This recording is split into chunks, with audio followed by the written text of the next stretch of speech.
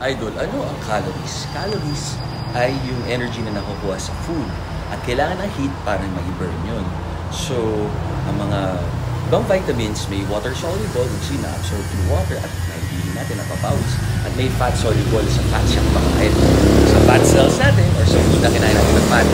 Kaya kung athletic tayo or nasa lugar lang tayo or magalaw tayo, may activity tayo na physical na nagpapawis tayo, minsan nagkakaroon tayo ng imbalance kaya tayo nagkaka-cramps or kulang tayo sa tonin or vitamin D pa na-mention dito or kulang lang sa asin.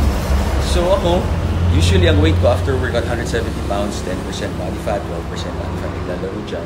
Kahapon bigla akong bumaba to 165.